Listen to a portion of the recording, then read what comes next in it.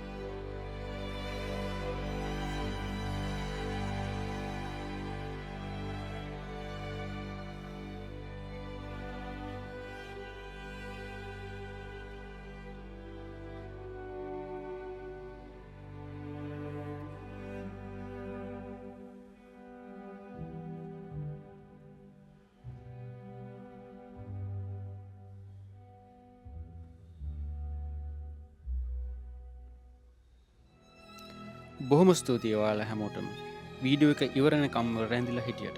ඉතින් තාමත් ඔයාලා අපේ channel එක subscribe කරලා නැත්නම් මේ දැම්ම ගිහිල්ලා subscribe කරලා තියාගන්න. ඉතින් මං ආයෙත් interesting traveling වීඩියෝ එකක් අරගෙන එනකම් ඔයාලට සුබ දවසක්. මම රොෂාන් විතානගේ.